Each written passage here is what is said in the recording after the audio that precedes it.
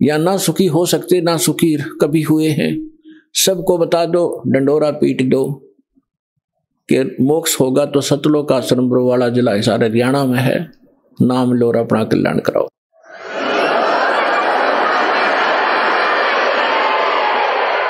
सिद्ध तारे पिंड अपना, साधु तारे खंडे, उसको सतगुरु जानियो, जो तार देवे ब्रह्मंडे।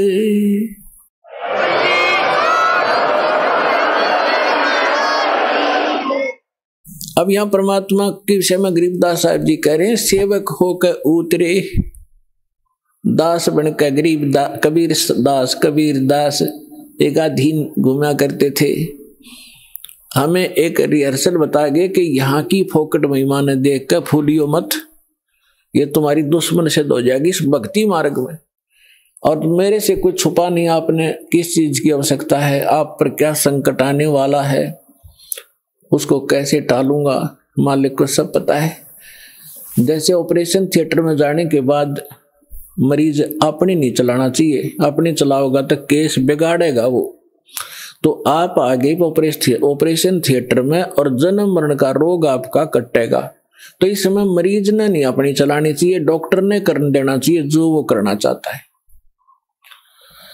और इस में थोड़ा बहुत कहीं कष्ट होता भी है, तो आपके बहुत बड़े भयंकर रोग का नाश हो रहा है, इस करके इसमें विश्वास रखें। काशीपुरी कष्ट किया उतरे अधर अधारे, अधर अधार ऊपर से न्यू के न्यू आए। मोमन को मुद्रा हुआ फिर जंगल में दीदारे, मुसलमान को परमात्मा मिले और जंगल में उनका दर्शन हुए। कोटि किरण शिशि भाने शुद्ध आसन अधर विमाने, और परसत पूर्ण ब्रह्म को हो शीतल पिंड और प्राणे। गोद लिया मुख चूम कर हेम रूप झलकंते, जगर मगर काया करे जैसे दमक पद्म अनंत। अपनी माँ की गोदी में जो परमात्मा आए, इतना सुंदर बालक कि तक देखा नहीं आज तक ऐसा कलर उनका। और माँ की ममता एक विशेष होती है बहन में, बच्चे के प्रति उसने गोद लिया, छाती का लाया, फिर मुंह चुम्या, प्यार किया। और उनका इतना अच्छा सुंदर शरीर था, हेम रूप झलकंत। हिम माने बर्फ, और बर्फ जैसी सफेद कलर था उस परम पिता का। जैसे कभी कपड़ा लेना जाते थे दुकान पर, सफेद कपड़ा मांगते थे तो नो क्या कर, वो कहता था दुकानदार के स्नो व्हाइट है ये। स्नो व्हाइट माने बर्फ जैसी सफेदी, सबसे अच्छी सफेदी बर्फ की होती है, बर्फ की। तो यहाँ हिम माने बर्फ होता है, तो गरीबदास जी कहते हेम रूप झलकंत, बर्फ जैसे व्हाइट कलर के परमात्मा का शरीर था। गोद लिया मुख चूम कर हेम रूप झलकंते, जगर मगर काया कर जैसे दमक पद्म अनंत। काशी उमटी गुल भया मोमन का घर घेरे, कोई कहे ब्रह्मा विष्णु है, कोई कहे इंद्र कुबेर। बच्चे को देखने के लिए आए। पहले तो नीरू को डर था कि यदि हम इस बच्चे को घर ले जाएंगे, अपनी पत्नी से कह दिया था इसको ये छोड़ दे, इसी में हमारी खैर है। क्योंकि पहले तो मुसलमान बना दिए जबरदस्ती, हिंदुओं से लिंक रहा नहीं, मुसलमानों से साथ नहीं। और अब ये पूछेंगे बच्चा कहाँ मिला, हम सच्ची बताएंगे कमल के फूल पर, और कोई कहेगा झूठ बोलते कमल के फूल पर बालक हो ही नहीं सकता। तो ये हमसे बच्चा भी छीनेंगे और हमें यहाँ से नगरी से निकाला भी कर देंगे। लेकिन नीमा नहीं मानी, जिद पर अड़गी कि मैं मरूं चाहे जीऊं, और इस बच्चे को लेकर चाहे मैं देश निकाला ले लूंगी, पर छोड़ू नहीं इसने, मर जाऊंगी इसके साथ में। फिर परमात्मा बोले थे, नीरू ने धमकाना चाहा था अपनी पत्नी को, थप्पड़ पहले जीवन में पहली बार हाथ करना चाहा था। परमात्मा बोले गोदी में कि नीरू हमें घर ले चलो, तुम्हें कोई कुछ नहीं कहेगा। जब नवजात शिशु के रूप में बालक और बोल रहे डर गया नीरू, कोई सिद्ध पुरुष ना हो इसमें, कोई फरिश्ता ना बोलता हो बालक में, और तेरी घड़ी दुर्गति हो जा, चुप करके आ गया था। अब घर आकर के लोग देखना हो, गीत गाती औरतें आवे, नीरू कैसा सुंदर बालक आ रहा है, कमल के फूल पर पाया है, जंगल में पाया है। जैसे भी उनकी बुद्धि ने काम किया, कमल पे फूल ना तो किनारा पड़ा पाया है, मतलब इस तरह की दंत कथाओं बनाने लगे। तो वहां क्या कह रहे हैं आकर, काशी उमटी गुल भया, यानी सारी काशी उमड़ उमड़ कान लगी, सारा शोर माच गया। मोमन का घर घेरे, उस दुल्हे का घर घेर लिया मोमन मुसलमान का। कोई कहे ब्रह्मा विष्णु है, कोई कहे इंद्र कुबेर। कितना सुंदर बालक, आम नहीं हो सकता। कोई ब्रह्मा है, कहे विष्णु में तो कोई सा है, या कुबेर धन का देवता, या इंद्र, उन देवताओं में से कोई एक ये आए हुए हैं। कोई कहे वरुण धर्म राय है, कोई कहते है ईसे, 16 कला सुभान गति, कोई कहे जगदीश। कोई कहे चल ईश्वर नहीं, कोई किन्नर कहलाए, कोई कहे गण ईश का, जो जो मात्र साए। अब निम्मा बालक में नाम धरे, कोई कहे तो भूत प्रेत से, कोई कहे भगवान के सा दिख है। तो निम्मा जो जो उनसे जीखती है, नाराज होती है, तो मेरे बच्चे का टोक लाओगे, नजर लगाओगे, पता नहीं क्या क्या कह रहे हो। भक्ति मुक्ति ले उतरे ये मेटन तीनों ताप, होए होए। भक्ति और मुक्ति यथार्थ लेकर उतरे दाता, और मेटन तीनों ताप का नाश करने वाले भगवान आए। तुम कौन राम का जपते जापम, तात कटे ना तीनों तापम। तुम किन भगवानों की भक्ति कर रहे हो जिससे तुम्हारे 3 ताप का नाश नहीं हो सकता। तो वो परमात्मा आए, भक्ति मुक्ति ले उतरे, और मेटन तीनों ताप। और एक मुसलमान का डेरा करा, दुल्हे का घर डेरा किया, और उसको कहे कबीरा बाप। अपना आत्मा परमात्मा ने कहा है, सो हम शब्द हम जग में जाए, सार शब्द हमने गुप्त छुपाए।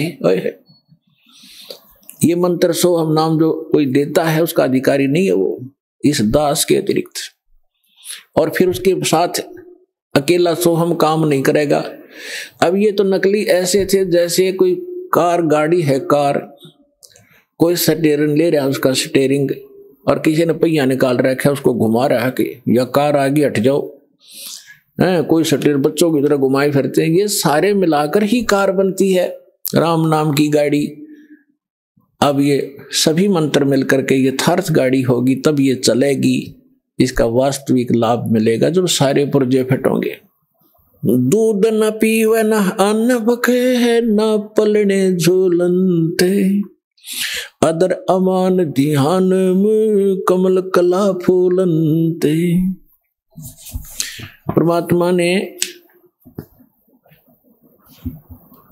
25 दिन तक ना कुछ खाया ना पिया। अब नीमा को चिंता होगी कि हे परमात्मा, रोने लगी बुरी तरह कि बच्चा कुछ खा नहीं रहा तो कभी भी शरीर छोड़ सकता है। बुरी तरह रोने लगी, अन्न पानी स्वयं भी त्याग दिया लास्ट 25वें दिन, और कहा भगवान या तो देना नहीं था शंकर भगवान, और आज दे कर ले रहे हो, इसके साथ मरूंगी मैं, अब जीऊंगी नहीं। इस बिना बच्चे बिना मैं जी नहीं सकती। तो परमात्मा ने सोचा है बुढ़िया मरेगी। उसी समय शंकर भगवान को प्रेरणा की शिव मंडल में, उसके लोक से एकदम वो सतर्क हुआ, क्या को मुझे कौन पुकार रहा है। जाग कर देखा एक माई रो रही है, एक साधु रूप बना के। शंकर भगवान वहां आए और पूछा माई क्यों रो रही है। नीमा ने कहा कि महाराज मेरे दुख न ना सुनो आप, आप भी दुखी हो जाओगे। यूं कह के फिर रोने लगी। तो भगवान शंकर ने कहा, माई कहा करते हैं अपना दुख दूसरे ने सुना दे कुछ हल्का हो जाता है। मेरे लायक कुछ होगा तो मैं कुछ तेरे को भली बात बताऊंगा, तू बता क्या बात है। तो भगवान शंकर ने से नीमा ने बताया कि मैं हमारा संतान नहीं थी बाबा जी, और एक दिन हृदय से पुकारा था अपने भगवान शंकर को, एक कमल के फूल पर लाल दिया मुझे, और ये लड़का 25 दिन का हो गया, ना कुछ खाता ना पीता। तो उसने कहा, मुझे दिखा तेरा बालक। नीमा लाई बच्चे ने उठा के पालने मत है, और सोचा बाबा जी के चरणों में डाल दूं, इसकी जीवन दान दे दे। यू जो ही चरणों में रखना चाहा, बच्चा न्यू का न्यू उठ गया ऊपर, और भगवान शंकर के सिर के सतर में हवा में डट गए बच्चे परमात्मा। अब वह नीमा नो सोच रही थी कि इस बाबा जी में करामात है या मेरा बेटा उड़ा दिया हुआ मैं। तो गरीबदास कहते हैं, जगत का पेखना पेखा, धनी का नाम ना लेखा। जो सब कुछ करने वाला उसका जिक्र भी नहीं तुम्हारे पास, फलाने ने कर दिया, धकड़े ने कर दिया, ऐसे तुम अटपट कर रहे थे। अब भगवान शंकर ने सोचा ये कोई सिद्ध पुरुष है, कोई सिद्धि युक्त है। उन्होंने ऐसे हाथ किया गोदी में लेने के लिए, परमात्मा उनकी गोदी में आ गए, और आपस में दोनों की 7 बार चर्चा हुई। अरनीमा खड़ी खड़ी देख रही है कि 25 दिन का बालक बोल रहा है। वो तो बोलता पहले भी लिया था, लेकिन वो भूल पड़ जाती है हमारे। तब परमात्मा ने कहा कि हे शंकर भगवान। अब शंकर भगवान ने सोचा कि सिद्ध पुरुष है, मुझे भी पहचान लिया इसने तो, कि आप इसको ये कहो, एक कुंवारी गाय लावें, और उस कुंवारी गाय के ऊपर आप अपना आशीर्वाद भरा हाथ धर दियो, वह दूध देवेगी। पुण्यात्मा वचन तो मालिक का था, नियमत शंकर जी को बना रखा था। नीमा ने अपना पति बुलाया, उसको सब बातें बताई।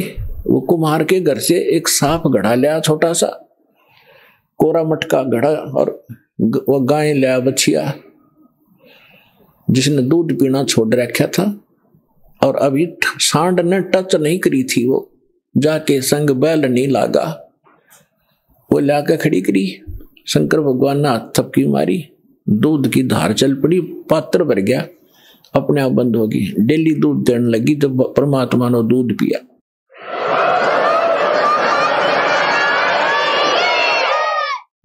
अपने आत्मा, अब हमने परमात्मा को पहचानना है।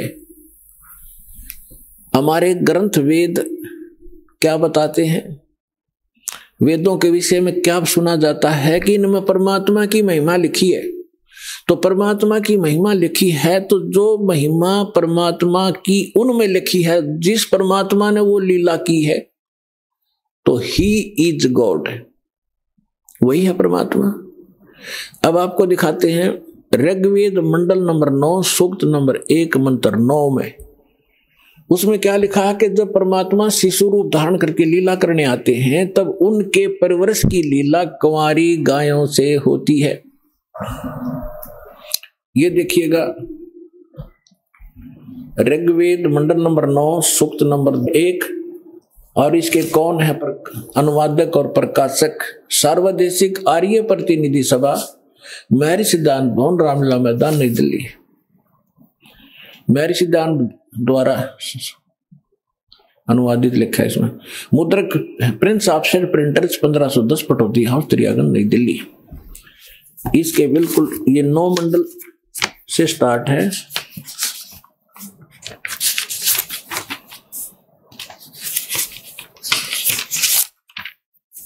ये देखिएगा, ऋग्वेद मंडल नंबर 9 और सूक्त नंबर 1 और मंत्र नंबर 9, ये मंत्र नंबर 9 है। इसकी संस्कृत है अभी इमम अधन्या उत श्रृणंती धेनव, धेनो माने गाय, शिशु माने शिशु रूप में प्रगट परमात्मा, सोमम, सोम माने अमर परमात्मा, इंद्राय पात्वे। इसका अर्थ इन्होंने किया है, उस सोम माने अमर परमात्मा को इन्होंने सोमा लिख दिया, सोम स्वभाव वाले पुरुष को। हर देखो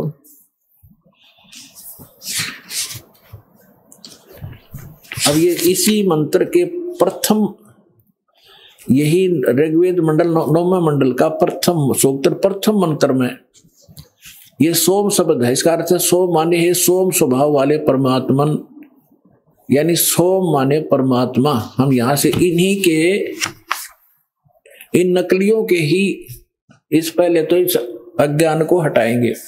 अब देखो उस सोम मान, अब ऋग्वेद मंडल नंबर 9 सूक्त 1 मंत्र हम 9वां आगे। उस सोम माने अमर परमात्मा को, पुरुष माने भी परमात्मा होता, उस अमर परमात्मा को जो शिशु रूप में प्रकट होता है, शिशुम कुमार अवस्था में ही अभी अधन्या, अभी माने सब प्रकार से, अधन्या माने बिना दनाई, हिंसन यानी धेनो माने गौवे तृप्त करती हैं। ओए होए, अब हमने इनसे इतना ही लेना है। जैसे हमारे यहाँ हरियाणा में एक, क्योंकि हमारी लैंग्वेज इन्हीं भाषाओं से बिगड़ कर क्षेत्रीय भाषा बनी है। जैसे हम हरियाणा के अंदर खूड कहते हैं, जो हल से रेखा खींची जाती है, तो संस्कृत में खूड ही शब्द है। और यहाँ अधन्या माने बिना धनाई, हम उस गाय को जो नए दूध नहीं हुई हो उसको अधन्या का, बिना धनाई का करते गया, बिना धनाई है। जिसके संग बैल नहीं लागा उसको कंवारी कहते हैं। अभी अधन्या यानी पूर्ण रूप से बिना धनाई, यानी कति कंवारी। जब वो अमर परमात्मा शिशु रूप धारण करके लीला करने आता है, तब उसके परवरिश की लीला कंवारी गायों से होती है। ये क्या कौन कहता है? हमारे वेद कहते हैं। और वेद में परमात्मा ने 600 वर्ष पहले कहा था कि वेद मेरा भेद है, मैं ना वेदन के माही, और जौन वेद से मैं मिला, मैं वो वेद जानते नाही, कि वेद मेरी महिमा का गुणगान कर रहे हैं, लेकिन इन वेदों में वर्णित विधि से मेरी प्राप्ति नहीं हो सकती। और जिस वेद से जो परमात्मा स्वयं आकर ज्ञान बताते हैं मैं मिलूं, वो वेद जानते ना ही, वो साधन वो मंत्र इन वेदों में नहीं है, लेकिन वेद मेरी ही महिमा का गुणगान कर रहे हैं। तो ये स्पष्ट हो गया कि परमात्मा जब शिशु रूप धारण करके लीला करने आते हैं, उनकी बालकपन में जो परवरिश की लीला कंवारी गायों से होती है। अब परमात्मा का 600 वर्ष पहले जो लीला की थी वो इतिहास लिपिबद्ध है, वो दिखाता हूं। ये देखिएगा कबीर सागर संपूर्ण 11 भाग, खेमरा श्री कृष्ण दास प्रकाशन मुंबई से। और ये इन कबीर पंथियों का ही छापा बनाया हुआ है, कोई न सोचे कोई डुप्लीकेट होगा। कबीर पंथी भारत पथिक स्वामी युगलानंद बिहारी द्वारा पुरस्कृत, और यहां से छपा है। मुद्रक एवं प्रकाशक खेमरा श्री कृष्ण दास, अध्यक्ष वेंकटेश्वर प्रेस, खेमरा श्री कृष्ण दास मार्ग मुंबई। अब इसकी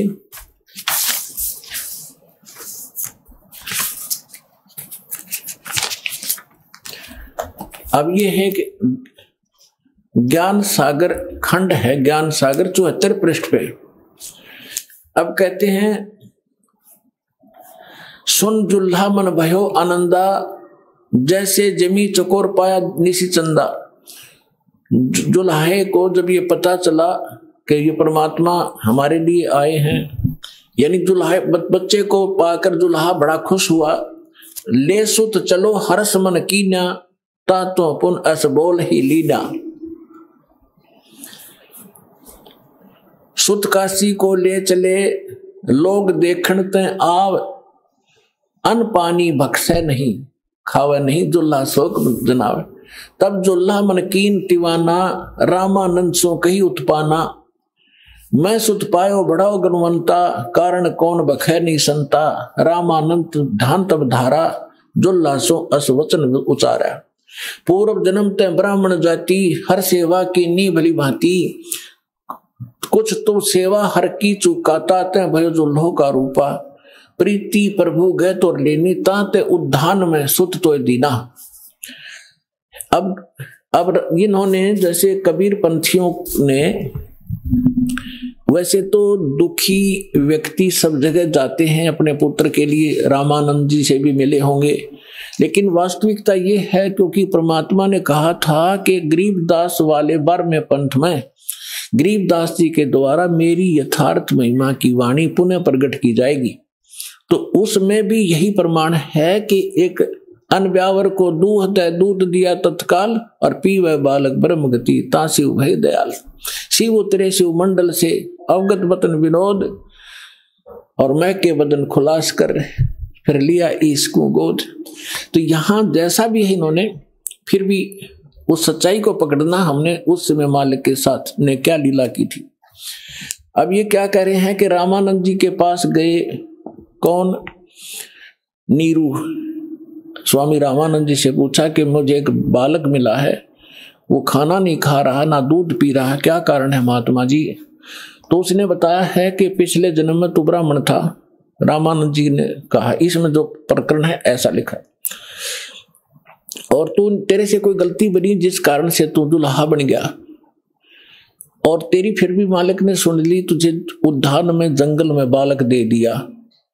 अब ये तब खाएगा तो इसके लिए एक कुंवारी गाय लाओ और वो दूध देगी तब यो बालक पीवेगा। देखिए अब नीरू कहता कि भगवान मेरे से गलती हुई, उस मैंने फल पा लिया। हे प्रभु जस कीनो तस पायो, आरत हो तो दर्शन आयो। सो कहिए उपाय गुसाई, बालक अक्षुदावंत कुछ खाई। मेरे से जो गलती हुई थी भगवान ने मुझे सजा दे दी, दुल्हा बना दिया आपके कहने अनुसार, लेकिन मैं आपके पास आया हूं संकट निवारण के लिए। सो ऐसा उपाय बताइए मेरा बालक कुछ खावे। तो रामानंद अस युक्ति विचारा, तुम सुत कोई ज्ञानी अवतारा। तेरा बालक जो है कोई विद्वान पुरुष है और बचिया जाही बैल नहीं लागा, अरसो ले ठाड़ करो ते आगा। एक बचिया ले आओ जिसको बैल ने टच ना किया हो और उसके साथ खड़े कर दो और दूध देवेगी। दूध चलो ते थन ते, दूध दियो छिपाए और अक्षुदा वंत जब होवे बालक ताको देव खवाए। अब दूध पीवत नाम कबीर, दूध पीवत नाम कबीरा, खेलत संत मत सब धीरा। अब इससे क्या सिद्ध हो गया, आंखों देखा संत बतावे गरीबदास साहिब जी और हमारे ग्रंथ बतावे, हमारे वेद बता रहे हैं कि परमात्मा जब शिशु रूप धारण करके आता है वो पूर्ण परमात्मा है, सारी सृष्टि का रचनहार। वो ऐसी लीला करता है, वो कुंवारी गायों से उनके परवरिश होती है बचपन की। और ये लीला 600 वर्ष पहले परमात्मा की लीला वो जीवनी में लिखी है कि उस परमेश्वर ने ऐसी लीला की थी। तो who is God, Kabir is God.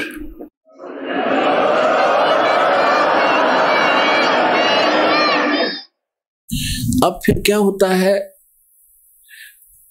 अब परमात्मा जिस उद्देश्य को लेकर आते हैं पुण्यात्माओं,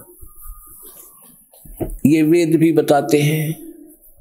ऋग्वेद मंडल नंबर 9 सूक्त 86 मंत्र 26 और 27 में, ऋग्वेद मंडल नंबर 9 सूक्त 82 मंत्र 1, 2, 3 में, ऋग्वेद मंडल नंबर 9 सूक्त 54 मंत्र 3 में, ऋग्वेद मंडल नंबर 9 सूक्त 20 मंत्र 1 में, ऋग्वेद मंडल नंबर 9 सूक्त 1 मंत्र 8 और 9 में, ऋग्वेद मंडल नंबर 9 सूक्त 96 के मंत्र 16 से 20 में, ऋग्वेद मंडल नंबर 9 सूक्त 94 के 1 में, ऋग्वेद मंडल नंबर 9 सूक्त 95 के मंत्र 2 में, और भी अनेक स्थानों पर ये प्रमाण है कि वो परमात्मा सतलोक में रहता, अमरलोक में, और वहां मनुष्य के समान, राजा के समान है, मनुष्य सदृश्य है। वहां से सह शरीर आता है, बिजली जैसी गति से आता है, अच्छी आत्माओं को मिलते हैं जो दृढ़ भक्त होते हैं और उनको ज्ञान सुनाते हैं।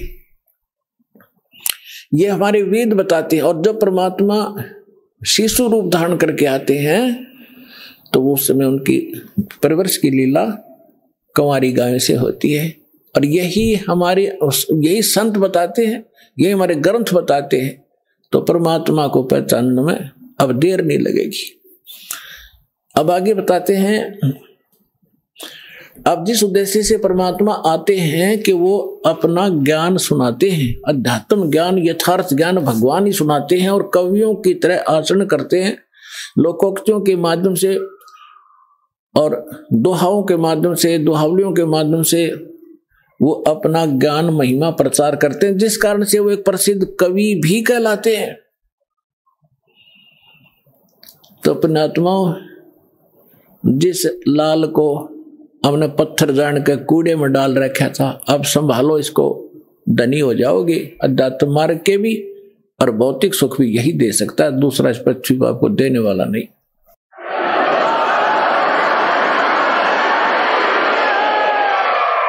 अब क्या हुआ, अब थोड़ा मौखिक सुनाऊंगा, फिर आगे थोड़ी सी, क्योंकि समय का अभाव रहता है, समय।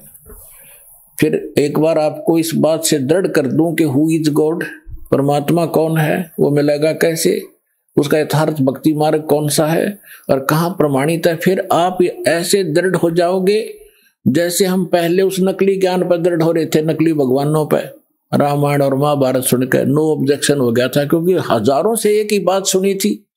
और ऐसा कहते हैं कि जिस झूठ को 100 बार सुन लिया जाए तो वो सत्य महसूस होने लग जाती है। हमने सुन रखी थी 1000 बार। तो अब इस सत्य को जब सुनोगे कुछ धीरे धीरे, तो सत्य भी सत्य आपको महसूस होगी। तो फिर सुनाया करेंगे ये अमृतवाणी, आपकी आंखों से आंसुओं की झड़ी लगा करेगी कि कहाँ भूले पड़े थे, कैसा जीवन नाश कर दिया था। हे भगवान, आप रात न उठ के भी सपने में भी उड़क के पड़ोगे, हे भगवान नाश हो जाता है, मार्ग ना मिलता थे, ये तो भांग का भाड़ा जीवन जाना था। आगे जीवन में कितने कष्ट आपको होंगे वो खड़े दिखाई देंगे।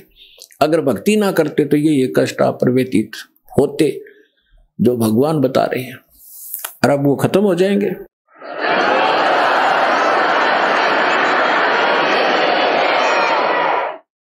अब क्या बताते हैं कि फिर काजी आगे लड़के का नाम रखने के लिए कुरान शरीफ ले आए। काजी आए कुरान ले, धर लड़के का नाम, अक्सर अक्सर मैं फुरादन कबीर बल जाऊं मैं। शकल कुरान कबीर है, हरफ लिखे जो लेख, काशी के काजी कहें या गई दीन की टेक। अब काजी आगे परमात्मा के नामांकन करने के लिए, नामाकरण करने के लिए, अब वो कैसे करते हैं, जैसे कुरान शरीफ को खोलते हैं, पवित्र पुस्तक है, और उसमें पहला अक्षर जो होता है उसके ऊपर नाम रखते हैं। जो ही उन्होंने कुरान शरीफ को खोला, उसमें कबीर अक्षर था, सूरत फुरकानी 25, उसके अंदर सबसे पहला जब खोला तो कुरान अक्षर निकला, उस पृष्ठ पे कबीर निकला। कबीर, कबीर का अर्थ ये बड़ा कहते हैं, महान मानते हैं, अल्लाह अकबर एक भगवान का नाम भी मानते। तो इन्होंने सोचा कि एक जुलाहे के बालक का और कबीर नाम रखना शोभा नहीं देगा। दूसरी बार फिर बंद करके फिर तुरंत खोला, उस पृष्ठ पे पूरे पे कबीर कबीर उर्दू फारसी भाषा में कबीर कबीर लिखे हुए थे, अरबी भाषा में कबीर कबीर, दूसरा लेख नहीं रहा उस कुरान का।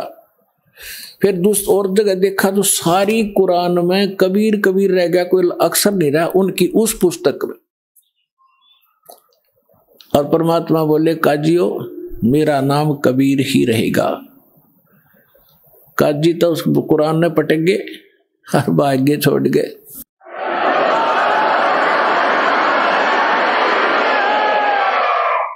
अब परमात्मा क्या बताते हैं, उनके आगे क्या हुआ कि परमेश्वर जिस उद्देश्य से आए थे वो उन्होंने क्या किया। अपने आत्मा, वो परम धनी थे परमात्मा कबीर जी, उनको गुरु की आवश्यकता नहीं थी, लेकिन इस परंपरा को का निर्वाह करने के लिए कि आने वाले समय में काल के दूत जैसे शिवदयाल जी, राधा स्वामी पंथ के प्रवर्तक मुखिया, इनका कोई गुरु नहीं था और यो भूत बना।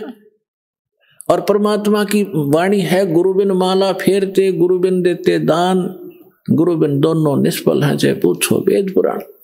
रामकृष्ण से कौन बड़ा, उन्हों भी गुरु की, और 3 लोक के वे धनी, गुरु आज्ञाधीन। तो इसलिए परमेश्वर ने गुरु बनाना, परंपरा का निर्वाह करना अनिवार्य समझा। और दूसरा, एक तीर से दो शिकार करने थे। रामानंद जी की प्यारी आत्मा ब्राह्मण थे, उस समय ब्राह्मण के घर में जन्म होना, नो सोच लो, वो नो समझा करते हमारे बराबर इस पृथ्वी पर कोई नहीं। इतना अहम था, इतने पूज्य थे ब्राह्मण उस समय। और यहाँ की फोकट महिमा परमात्मा को पता था, ये न लेकर डूबेगी। कबीर साहब कहते हैं, मन तो सुख के सागर बस रे और न ऐसा यश रे। यहाँ कोई यश काम नहीं आओगा, ये नकली है। तो इस उद्देश्य से परमेश्वर ने जब 5 वर्ष के मालिक हो गए लीला करते हुए, एक 2.5 वर्ष के बालक का रूप धारण किया। और जिस पंचगंगा घाट पर प्रतिदिन स्वामी रामानंद जी स्नान करने के लिए जाया करते थे, उनकी पौड़ियों में लेट गए। उस समय रामानंद जी की आयु 104 वर्ष की थी, परमात्मा लीला में आयु 5 वर्ष की थी, लेकिन 2.5 वर्ष की रूप बनाकर वहां लेट गए। रामानंद जी ब्रह्म मुहूर्त में वक्त से जाते थे, उनके सिर में वो खड़ाऊ लगी। परमात्मा कबीर जी बालक के रूप में लेटे हुए बच्चे की तरह रोने लग गए। रामानंद जी जल्दी से नीचे झुके कि किसी बालक का चोट लाएगी। साधु संत कोई भी हो, किसी मजहब धर्म का, उसमें दया जरूर होती है। दया भाव से नीचे झुका तो उनके गले में एक कंठी होती है, कंठी, जो वैष्णु साधु से दीक्षित होने का प्रतीक होता है। एक तुलसी की लकड़ी की कमनिया होता है, मन का एक धागे में बांध रखा होता है, वह निकल के परमात्मा की गल में गलगी कबीर साहब के। रामानंद जी ने दिखी नहीं अंधेरे में, और उठा के कहने लगे, बेटा सिर पर हाथ रखे, बेटा राम राम बोलो, राम राम बोलो, राम के नाम तो सुख होता है। परमात्मा चुप हो गए। रामानंद जी बोले, बेटा बैठ जा, यहाँ कहीं जाना नहीं, मैं तुझे तेरे घर भिजवा दूंगा, सुबह पता करवा के मैं नहा लेता हूँ। वह नहाने लगे, परमात्मा वहां से अंतर्ध्यान हुए, अपनी झोंपड़ी में आके विश्राम किया। कुछ दिन रामानंद जी जब नहा धोकर आए, देखे बालक है नहीं, सोचा चला गया होगा, कहाँ ढूंढूं। कुछ दिन के बाद परमात्मा ने क्या लीला की कि रामानंद जी का एक शिष्य विवेकानंद नाम का ब्राह्मण अपने क्षेत्र में कथा कर रहा था विष्णु पुराण की। अब परमात्मा जाकर बैठ गए वहां पर। जब उसने विष्णु पुराण की कथा सुना ली, विष्णु सर्वेश्वर है, इनके कोई माता पिता नहीं, अजरो अमर है, सारी सृष्टि के मालिक हैं ये, तब परमात्मा ने पूछा कि भगवान, मैं एक शंका है मेरे मन में। कबीर साहब 5 वर्ष के बालक ने, तो विवेकानंद ने कहा कि बोलो बोलो, क्या बात है, बोलो बेटा बोलो। परमेश्वर ने कहा कि मैंने एक ब्राह्मण शिव पुराण सुना रहा था रुद्र संहिता में, वो बता रहा था कि विष्णु जी की उत्पत्ति भगवान सदा शिव और शिवा से हुई है, और ब्रह्मा जी की उत्पत्ति भी उन्हीं से हुई है। आप कह रहे क्यों जन्म मृत्यु नहीं होती? उसके पास वहीं पर रखी थी, वो शिव पुराण खोल के भी देख ली, क्यों थी संस्कृत में।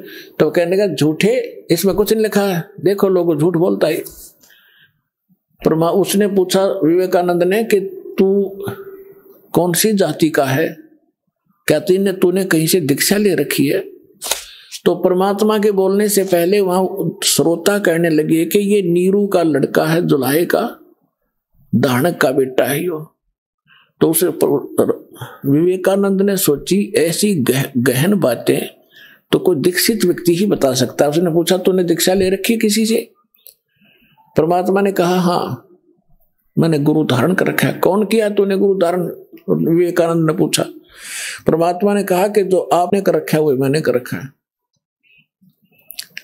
तो विवेकानंद ने विषय बदल दिया सारा कि देखो रे कितना झूठा व्यक्ति है ये, धानक का लड़का, एक शूद्र जुलाहे का पुत्र, और हमारे गुरु जी को बदनाम करता है। वो तो शूद्रों को निकट भी नहीं आने देता।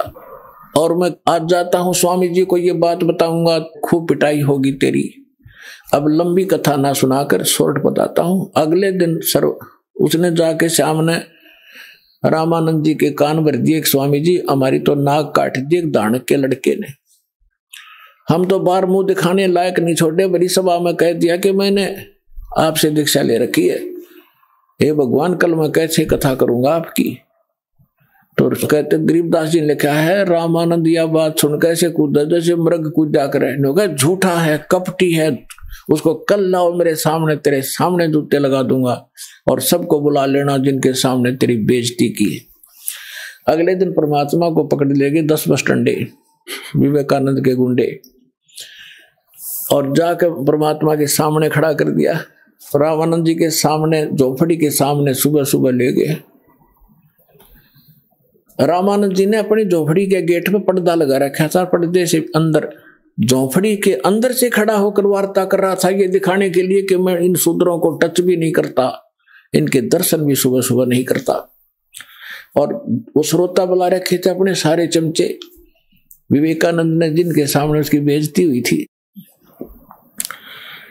वो सारे श्रोता बैठे। तो रामानंद जी ने पूछा कि कौन है, तेरी जात कौन है, तू किस भगवान की भक्ति करता, तेरा पंथ क्या है? तो कैसे वार्ता होती है उस आत्मा और परमात्मा की, गरीबदास जी ने चित्रार्थ की है। क्या कहते हैं, आडा पर्दा लाए कर रामानंद बूजंत, दास गरीब कुरंग छवि अदर डाक कूदंत। कुरंग माने मृग की तरह कूदा, झोपड़ी में पांव पीटे। कौन जात कुल पंथ है, कौन तुम्हारा नाम, दास गरीब आधीन गति फिर बोलत है बलि जाऊं। रामानंद जी कह रहे तुम्हारा कौन जात है, तेरा कौन पंथ है, तेरा नाम क्या है?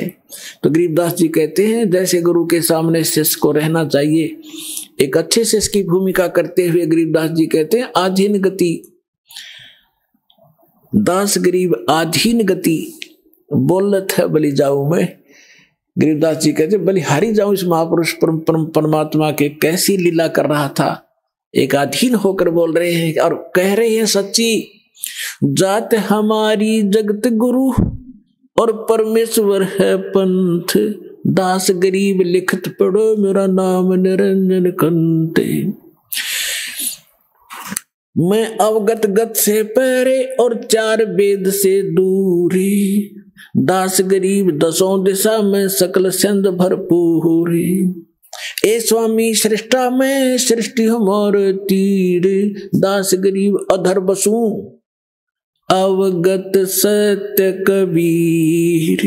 सुन रामानंद राम हम मैं बावन नृसिंह, दास गरीब सर्व कला मैं ही व्यापक सर्वंग। सुन स्वामी सतभाक हूँ झूठ न हमरे रिंच, दास गरीब हम रूप बिना और सकल परपंच। मैं रोवत हूँ सृष्टि को ये सृष्टि रोवत मोहे, गरीब दास हमारे योग को समझ न सकता कोई। अब परमात्मा ने जब ये सारी कथा सुनाई कि मैं सारी सृष्टि का रचनहार हूं, सुन रामानंद राम हम और हम 52 नरसिंह, ये सब लीला हमने की थी। विष्णु जी को तो एक बड़ाई दी थी, बात में उसका रूप धारण कर लिया। हम ये चाहते थे परमात्मा की भक्ति बनी रहे, इनकी आस्था बनी रहे मेरे में, ताकि ये किसी के माध्यम से भी बनी रहे। पर परमात्मा ने यह भक्ति इस युग तक लानी थी और कर रहे थे सारे आप ही। अब क्या बताते हैं, परमात्मा ने कहा कि जात हमारी जगत गुरु और मेरा पंथ पूछते हो कौन सा मैं भक्ति मार्ग लेकर आया हूं। परमेश्वर है पंथ, ईश ये ब्रह्म है, ईश्वर ये परब्रह्म यानी अक्षर पुरुष है। गीता अध्याय नंबर 8-15 के श्लोक 16 और 17 में 3 पुरुष हैं, सरपुरुष, अक्षर पुरुष और परम अक्षर पुरुष। तो कहते हैं ईश ईश्वर परमेश्वर, जात हमारी जगत गुरु यानी सच्चा ज्ञान और सूर्य पूरे विश्व को ज्ञान देने के लिए मैं आया हूं, या मेरी जात समझ लेना। और मेरा पंथ है परमेश्वर का, उस परमेश्वर का मार्गदर्शन करने के लिए मैं आया हूं।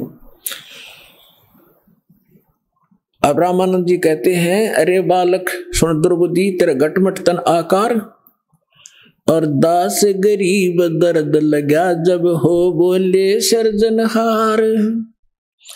गरीबदास जी कहते हैं रामानंद जी को जो भगवान ने अपने आप को भगवान ने कह दिया, तो रामानंद जी को दर्द हुआ, इस बात का दुख हुआ कि दुल्हे का बालक 2 कौड़ी का जीव अपने आप को भगवान कहता है। तुम मोमुन के पालवा तेरा जुल्हे के गरबा से, दास गरीब अज्ञान गति एता दृढ़ विश्वास। रामानंद जी झीक के कह रहे हैं कि तो मोमन एक मुसलमान धानक के टुकड़ों पर पलने वाले, और तू अपने आप को भगवान बता रहा है। मान बड़ाई छोड़ कर तुम बोलो बालक बहन, दास गरीब अधमुखी तुम गट एता एता फैन। अरे बालक नीची कला तुम हो बोले ऊंचे, दास गरीब पलक घड़ी खबर नहीं दम कूचे। अब क्या बताते हैं, तर्क तलु से बोले थे रामानंद सुरज्ञान, दास गरीब कुजात है ये आखिर नीच निदान। पर्दे के अंदर से गालियां दे रहा रामानंद भगवान को कि तेरी जात का पता नहीं कुजात, तो पता नहीं कौन है, कहां से पड़ा मिला था, और अपने आप को भगवान कह रहा है। पुणात्माओं याद रखना इस बात को, ये रामानंद कैसे भगवान को क्या कह रहा है, और फिर जब सच्चाई से परिचित होगा कि सचमुच ये भगवान है, और फिर कैसा भाव होगा। जब उसने सारा कुछ कह लिया, भगवान ने बता दिया कि आई एम गॉड, मानो चाहे मत मानो गुरु जी। रामानंद जी ने सोचा जब इतना कॉन्फिडेंस से ये बालक छोटा सा बोल रहा है, तो भाई खसना नहीं चाहिए। इन्हों सुना है भगवान पता नहीं किस रूप में आ जाए। थोड़ा विद्वान भी थे, भगवान के चाहने वाले भी थे, तो वही वार्ता स्टॉप करके कहने लगा, बालक थोड़ी देर बैठ जा, मैं अपनी पूजा कर लूं। पर्दा लगा हुआ है गेट पर, झोपड़ी में पूजा क्या कर रहा है रामानंद जी? एक मानसिक पूजा किया करता था। जो अन्य कर्मकांड करते हैं वो तो भगवान की मूर्ति, विष्णु जी की, ठाकुर की मूर्ति को नवाते हैं गंगा जल से, पुराने कपड़े उनके उतार कर धोते हैं, सुखाते हैं, नए कपड़े पहनाते हैं, तिलक लगाते हैं, मुकुट रखते हैं, और गले में एक मनिये की कंठी डालते हैं, तुलसी की लकड़ी के बनिये की।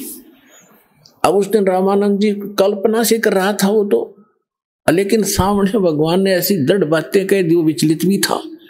तो उस दिन उसका गलती लगी कि मानसिक पूजा करा करता, जैसे स्वप्ना देखा करें हम, ऐसी मानसिक पूजा होती है। जैसे भगवान की मूर्ति नवाई, अभ्यास था डेली का, नवाई, कपड़े बदले, और फिर उसका मुकुट धर दिया, तिलक लगा दिया, लेकिन उस दिन वो कंठी डालनी भूल गया, गले में माला। अब माला ना डाला पूजा खंडित, और मुकुट उतारा नहीं जाता। उस दिन एक नियम है, मुकुट रख दिया भगवान पे, फिर उस दिन नहीं उतरेगा, अगले दिन ही उतारा जाएगा, जब उसकी फिर पुनः नवा दवाई करेंगे। मुकुट उतारा पूजा खंडित, और जब माला ना डाली तो अधूरी। तो अपने आप को कोस रहा था मन मन में, आकाश मेरे से कौन सी भूल पड़ी भगवान, आज जीवन में पहली बार गलती हुई, भूल लगी मुझ नीच के, बहुत मुझसे कोई भारी भूल बनी है, मुझसे कोई अपराध बना है जिससे मुझे आज इतनी भूल लगी। बाहर खड़े वो 5 वर्ष के बालक, वह कहते स्वामी जी चिंता ना करो, इस माला की गांठ खोल लो, गुंडी खोलो, और फिर गले में डाल के फिर गांठ लगा दो, मुकुट उतारना नहीं पड़ेगा। ओए होए, अब रामानंद जी, अब न कोई सामने मूर्ति है, मैंने देखेगा जाके का बता दियो पर्दा में के, और मेरे मन की बात इसने पकड़ ली। होय होय, तो क्या कहते हैं, रामानंद जी ने वो पर्दा फेंक दिया, बाहर निकल कर आया। ब्राह्मण सोए जो ब्रह्म पहचाने, सुख संवेद में कहा वो ब्राह्मण है जो भगवान पहचान दे। और कहते हैं लोक लाज ना कीजिए, निर्भय हो रही है, लोक लाज मर्यादा जगत की तरण जो तोड़ बगावे, जब कोई राम भगत गत पावे। एक तरफ तो उसकी मान बढ़ाई और इज्जत शिखर में थी कि ब्राह्मण कुल में जन्म है, और 1400 ऋषि उसके प्रचारक हैं, और सामने हजारों की संख्या में उसके प्रशंसक बैठे। और दूसरी तरफ जुल्हे का बालक खड़ा है भगवान रूप में। अब इसकी यहां थी उस भगत की पहचान, लेकिन वो 1 नंबर का भगत थे, सच्चा ब्राह्मण था, उसने संसार को ठोकर मार दी और उस 5 साल के जुल्हे के बालक को सीने से लगा लिया भगवान समझकर। जब उन्होंने परमात्मा को सीने से लगाया तो उनका शरीर ऐसा था जैसे रुई होती है, तेज पुंज का शरीर, ऐसनाविरम शुक्रमकायम। यजुर्वेद अध्याय नंबर 40 के मंत्र नंबर 8 में परमात्मा कबीर जी की यह महिमा स्पष्ट लिखी है कि उसका शरीर है कबीर जी का, लेकिन वो उसमें नाड़ी तंत्र हार्ड चाम वाला नहीं है, तेज पुंज का नूरी शरीर है। अब वो सामने देख रहे थे, कहते हैं बोलत रामानंद जी हम घर बड़ा सुकाले, गरीबदास पूजा करें मुकुट फही जदमाले।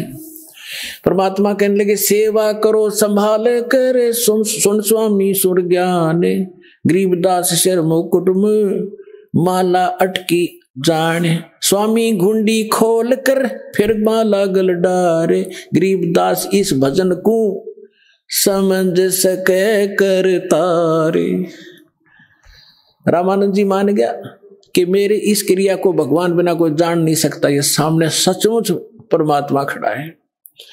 डोडी पर्दा दूर कर लीना कंठ लगाए, गरीबदास गुजरी बहुत जो बदने बदन में लाया।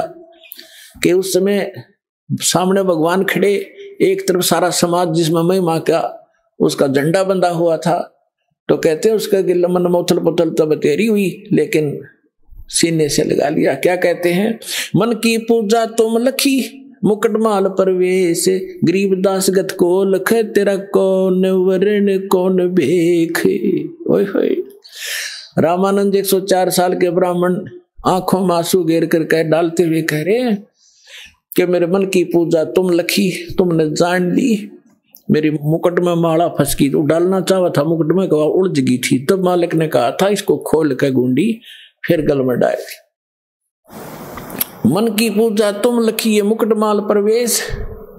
और रामानंद जी कह रहे हैं, गरीबदास जी बता रहे हैं कि गरीबदास गति कौन लखे, तुझे कैसे पहचाने। हम जीव किस तो वर्ण में यानी दानक जुल्हे शूद्र वर्ण में खड़े हो, और के आपकी वेशभूषा, हम जीव कैसे पहचान सकते परमात्मा आपने। मन की पूजा तुम लखी मुकुटमाल प्रवेश, गरीबदास गति कौन लखे तेरा कौन वर्ण क्या बेख। फिर कहते हैं ये जो दीक्षा तुम दी मान ली मन मोरे, गरीबदास तुम कोमल पुरुष और हमरा बदन कठोरे।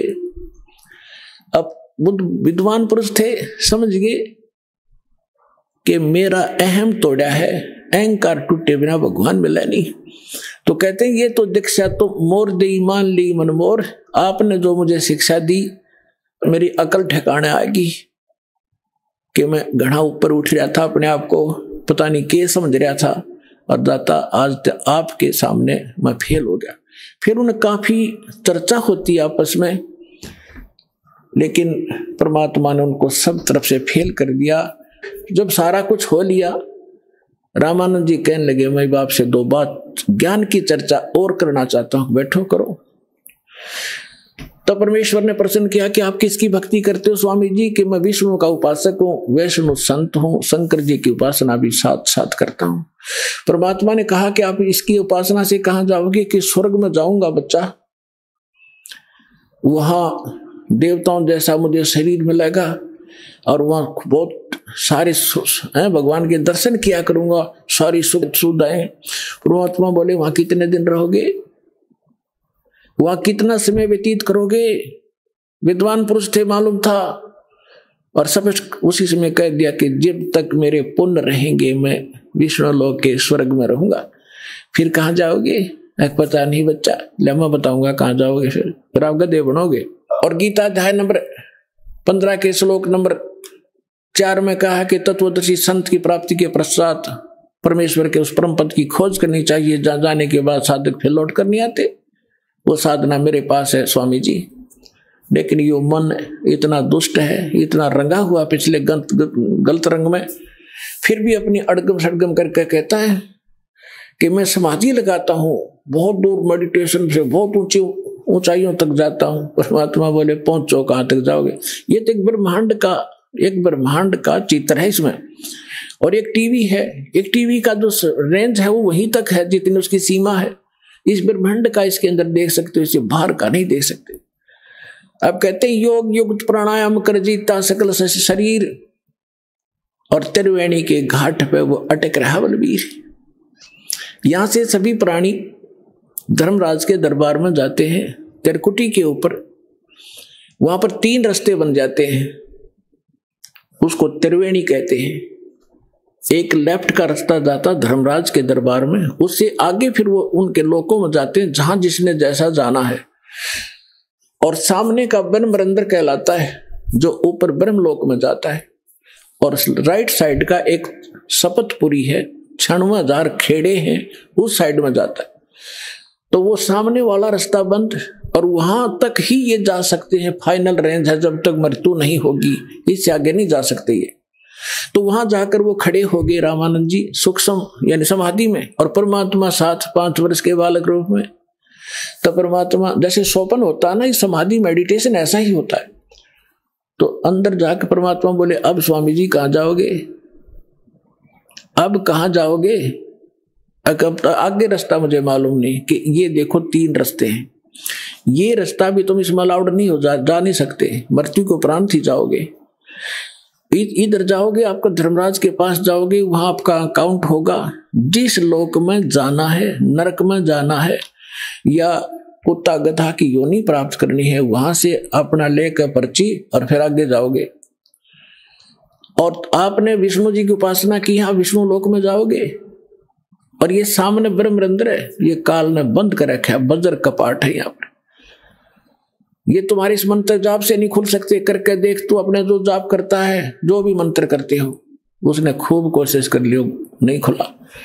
तो परमात्मा बोले, मेरे पास वो सत्य नाम है, उससे खुलेगा, मैं करता हूं उससे मन। परमात्मा ने लीला की, वो तो वैसे ही खोल देने थे, लेकिन सतनाम दृढ़ करना था कि इससे खुलती है। चाबी तो वही है मालिक के पास, भी वो लगाकर खोल देते। तो परमात्मा ने सतनाम का सुमन करके दिखा, श्वास उश्वास से, जिसमें एक वो मंत्र है और दूसरा तत्व जो आपको सतनाम प्राप्त भगत को मालूम है। जो ही वो मंत्र जाप किया, पट दे ही दरवाजा खुल गया। परमात्मा बोले, आ जाओ मेरे साथ।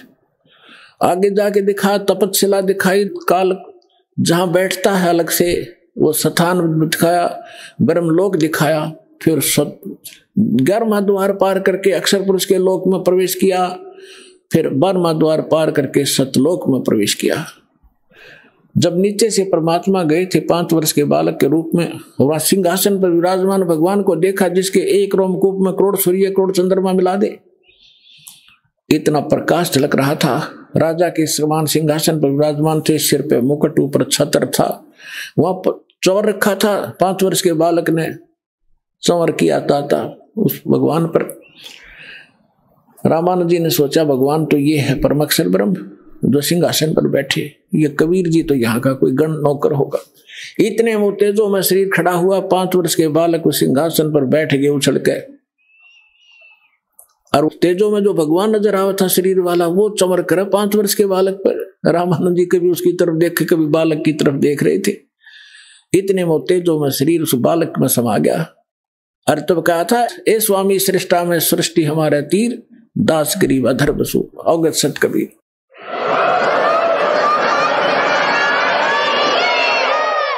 अब उसी समय परमात्मा ने कहा कि अब चलो वापस, बस इतना ही काम था। अब जो समाधि खुली, सामने फिर बैठे भगवान उसी रूप में। तब क्या बताते हैं गरीबदास साहिब जी ने बताया कि तहा वहां चित चिकृत भया, देख फजल दरबार, गरीबदास सिजदा किया, हम पाए दीदार। तुम स्वामी में बाल बुद्धि, भ्रम कर्म कियो नाश, गरीबदास निज ब्रह्म तुम रहो गया दृढ़ विश्वास। सुन बे सुन से तुम परे, उर से हमरे तीर, दास गरीब सरबंग में तू अवगत पुरुष कबीर। कोट कोट सजदा किए और कोट कोट प्रणाम, गरीबदास अनहद अदर हम पर शो तुम धाम। बोलत रामानंद जी सुनो कबीर करतार, गरीबदास सब रूप के तुम ही सर्जनहार। तुम साहेब तुम संत हो, तुम सतगुर तुम हंस, गरीबदास तेरे रूप बिना और न दूजा अंश। मैं भगता मुक्ता भया और कर्म भरम कियो नाश, गरीबदास अवगत मिले या मिटगी मन की बास। दो ठौर है एक तू भया एक से दो, गरीबदास हम कारण तुम आए हो मगजो। 104 वर्ष का वृद्ध और 5 वर्ष की उम्र के धान के लड़के के चरणों में गिर गया बालक की तरह कि तुम स्वामी मैं बाल बुद्धि, आप मेरे मालिक। और मेरा ज्ञान तो आज वेद व्याधि से मैंने पता था, आपके सामने ज्ञान हुआ। तुम स्वामी मैं बाल बुद्धि, मेरी तो बालक जैसा ज्ञान था आपके ज्ञान के सामने। और मेरा कर्म भरम भयो नाश। और गरीबदास जी कह रहे हैं कि रामानंद जी ये बोले, गरीबदास निज ब्रह्म तुम, वास्तव में सही भगवान आप हो। मुझे हो गया दृढ़ विश्वास, तो who is God, Kabir is God. बोलो सतगुरुदेव।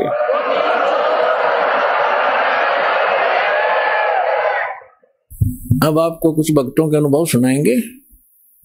पुण्यात्माओं, ये बार बार दाव नहीं लगा करता जो आपका दाव लग रहा है। परमात्मा कहते, गरीबदास जी कहते, समझा है तो सिर दर पाओ और भौर नहीं रे सादा। अब ये ध्यान से उन भक्तों के विचार सुनना, आप में दृढ़ता आवेगी और आपको बहुत कुछ परमात्मा का आभास होगा। सर नमस्कार। सर क्या शुभ नाम है आपका? कपिल दास जी। कपिल दास जी कहाँ से आए हैं आप? फरीदाबाद, संतोष नगर फरीदाबाद हरियाणा से आए हैं सर। सर संत रामपाल जी महाराज के शरण में आने से पहले आप क्या भक्ति साधनाएं करते थे? इससे पहले सर परंपरागत साधनाएं जो समाज के अंदर होती थीं उन्हीं के अनुसार दास साधना किया करता था। फिर हमारे पिताजी हैं संत शरण में थे। 11 साल की अवस्था में दास अपने पिताजी के साथ संत शरण में जाकर के उनसे नाम उपदेश भी लिया और वो साधना किया करते थे हम। फिर इसके बाद दिल्ली में आए हम। यहाँ आने के बाद संत राजेंद्र सिंह जी महाराज जी हैं, श्रावण कृपाल रूहानी मिशन, वहाँ से इस दास ने उपदेश लिया और लगभग 2.5 साल तक ये साधना किया हमने।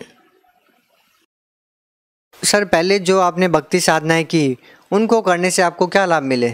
सर ऐसा है, देखिए इन भक्ति से इसमें लाभ और हानि का कुछ पता तो इस दास को नहीं था, क्योंकि भावना भक्ति की थी और मालिक का दिया हुआ दास के पास सब कुछ था, इसलिए भक्ति लाभ की तरफ कोई उद्देश्य ही नहीं जाता था अपना। बाकी हाँ इतना जरूर है कि परमात्मा की तरफ भक्ति की एक अलग ही कशिश होती थी। वहाँ पे नाम उपदेश लेने के बावजूद भी, वो भक्ति करने के बावजूद भी आत्मा को पूर्ण संतुष्टि ये नहीं हो पाती थी कि वास्तव में इस भक्ति से हम पूर्ण संतुष्ट हैं। सर आप संत रामपाल जी महाराज की शरण में कैसे आए? बंदी छोड़ सतगुरु रामपाल जी महाराज की शरण में ये दास हमारे एक मित्र भगत विनोद दास जो फरीदाबाद मुजेसर में रहते हैं, हम दोनों लोग एक साथ काम किया करते थे। तो उन्होंने मालिक का सत्संग उस समय 2005 में आस्था चैनल पर टीवी पे आता था, तो वो सत्संग विनोद जी देखा करते थे। तो बीच बीच में वो हमसे इसके बारे में चर्चा करते थे, क्योंकि उस समय इस दास को इतना ज्ञान नहीं था और ये संत राजेंद्र सिंह महाराज जी से जुड़ा हुआ था।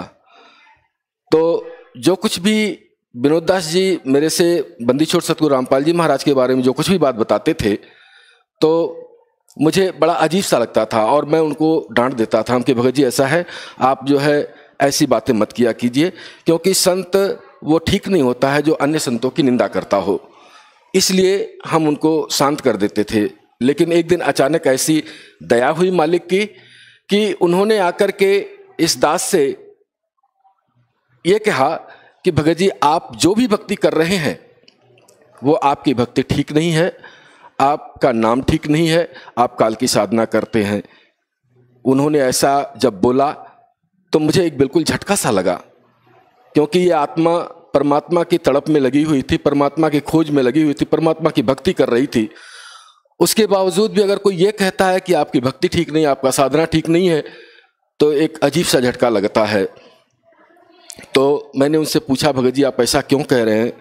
तब उन्होंने बताया कि देखिए, मैंने सतलोक आश्रम करौथा से बंदी छोड़ सतगुरु रामपाल जी महाराज से हमने उपदेश ले लिया है, और उनके सत्संग के माध्यम से मैं आपको ये बताना चाहता हूँ कि जो भी साधना इस संसार के अंदर आप कर रहे हैं, जिस भी मिशन के अंदर कर रहे हैं, जो नामदान आपको मिला हुआ है, ये नाम आपका ठीक नहीं है। फिर उन्होंने प्रमाण दिखाया गीता के अंदर कि देखिए इसके अंदर ये बातें बताई गई हैं और ये मंत्र हैं, और इस विधि से इस जीवात्मा का कल्याण होगा। तब इस दास को झटका लगा। फिर इस दास ने बोला, भगत जी इसका मतलब यह है कि हमने जो अभी तक साधना की थी ये तो हमारा सब विफल हो गया। क्या बिल्कुल सही बात है। अगर आपको अपना कल्याण चाहिए तो आप बंदी छोड़ सतगुरु रामपाल जी महाराज की शरण में आइए। उसी दिन तत्काल हम और विनोद दास जी दोनों लोग सतलोक आश्रम करौथा 1 दिसंबर सन 2005 में जाकर के बंदी छोड़ सतगुरु रामपाल जी महाराज की शरण में गए, और उस मालिक ने दया करके इस दास को अपनी शरण में लिया। सर, संत रामपाल जी महाराज की शरण में आने के बाद आपको क्या क्या लाभ मिले? बंदी छोड़ सतगुरु रामपाल जी महाराज जी के शरण में आने के बाद सर, लाभ के बारे में अगर जहाँ तक कहा जाए तो हमारी भगतमती को एक लाइलाज बीमारी थी, जिसके कारण हम बहुत ज़्यादा परेशान थे। उनको एलर्जी थी, अगर उनको कोई किसी प्रकार की दवा दे देते थे तो उनकी स्थिति बहुत गंभीर हो जाती थी, सुधरने के बजाय और गंभीर हो जाती थी। तो इस दास ने ले जाके मालिक के शरण में उनको नाम उपदेश दिलाया, और नाम उपदेश लेने के बाद जब भक्ति उन्होंने करना शुरू किया तो उसके प्रभाव से उनका वो लाइलाज बीमारी बिल्कुल ठीक हो गया। और हमारा एक बड़ा लड़का जिसका नाम विशाल है, उसको दौरे आते थे, और वो कहीं पे भी उसके दौरे आ जाते थे और वो अचेत पड़ जाता था। फिर इस दास ने उस बच्चे को भी ले जाकर परमात्मा की शरण में नाम उपदेश दिलाया। फिर उस बच्चे की बीमारी बिल्कुल ठीक हो गई। इस तरीके से और भी बहुत से लाभ हैं भगत जी, कहाँ तक हम आपको लाभ गिनाएं। मालिक ने इतनी दया कर रखी है कि आज सबसे बड़ा लाभ तो परमात्मा ने इस दास को दिया कि हमको मोक्ष का मार्ग और आत्म कल्याण का मार्ग परमात्मा ने दे दिया, और आज अपनी शरण में रखे हैं। यही सबसे बड़ा लाभ इस दास को है। बाकी ये सांसारिक लाभ जो हैं ये तो रूंगे में हैं। सर, हिंदुस्तान में बहुत सारे धर्मगुरु हैं, आप उन सबको छोड़कर संत रामपाल जी महाराज की ही शरण में क्यों गए? देखिए जी, हम सभी संतों की शरण में गए, सबके ज्ञान को सुना हमने, और हमें कहीं पे कुछ मिला नहीं। लेकिन बंदी छोड़ सतगुरु रामपाल जी महाराज के ज्ञान को जब सुना मैंने, तो मुझे ये महसूस हुआ कि यहाँ पे जो भक्ति है, वास्तविक भक्ति ये है, और आत्म कल्याण और मोक्ष का मार्ग ये है। हमको मोक्ष का मार्ग यहाँ पे मिला, इसलिए हमने बंदी छोड़ सतगुरु रामपाल जी महाराज को गुरु के रूप में स्वीकार किया। सर, आप भगत समाज को क्या संदेश देना चाहेंगे? भक्त समाज को ये दास संदेश क्या देगा? परमात्मा खुद अपनी वाणी में कहते हैं कि ये मानुष जन्म दुर्लभ है, मिले न बारंबार, जैसे तरुवर से पत्ता टूट गिरे फिर बहुर न लगता डार। तो मालिक खुद संदेश देते हैं इस मनुष्य समाज को कि वो तत्व ज्ञान और वो मोक्ष का मार्ग बंदी छोड़ सतगुरु रामपाल जी महाराज जी के पास है। उसी से इस जीवात्मा का कल्याण हो सकता है, बाकी और दूसरा कोई साधन नहीं है। आप सभी भक्त आत्माओं से इस दास का एक नम्र निवेदन है कि आप बंदी छोड़ सतगुरु रामपाल जी महाराज के ज्ञान को समझ करके और उनसे उपदेश लेकर के अपना आत्म कल्याण कराएं। सर, बहुत बहुत धन्यवाद आपका। नमस्कार जी, सत श्री अकाल।